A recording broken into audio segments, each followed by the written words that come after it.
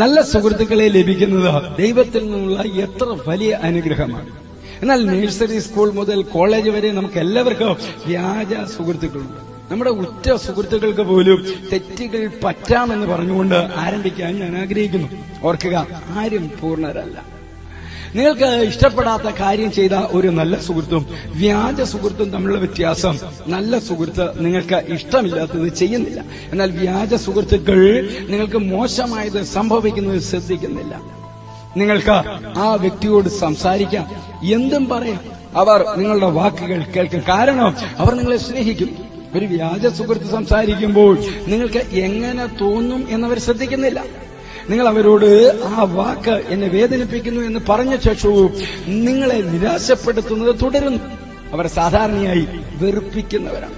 സദൃശവാക്യങ്ങൾ 16:29 സാഹസക്കാരൻ കൂട്ടുകാരനെ വശീകരിക്കുകയും കൊള്ളരുതാത്ത വഴിയിൽ നടത്തുകയും ചെയ്യുന്നു.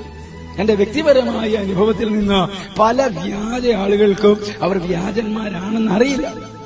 അവരുടെ വ്യക്തിത്വം കുഴഞ്ഞു കിടക്കുന്നതാണ്. അവർ സ്വാർത്ഥരാണ്.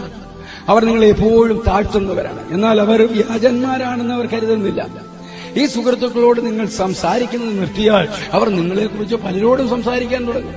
പുതിയ സുഹൃത്തുക്കൾ ജീവിതത്തിൽ ഉണ്ടാകുമ്പോൾ നിങ്ങളെ കൊച്ചാക്കുന്നവരെയും ക്രിസ്തുവിൽ നിന്ന് അകറ്റുകയും ചെയ്യുന്നവരെയും മാത്രം തെരഞ്ഞെടുക്കരുത്. പൊരുത്തപ്പെടാൻ ശ്രമിച്ചാലും അത് ഒരിക്കലും പ്രയോജനപ്പെടുകയും. ക്രിസ്തുയേശുവിലൂടെ ഒരു നല്ല ദിവസം ആശംസിക്കുന്നു.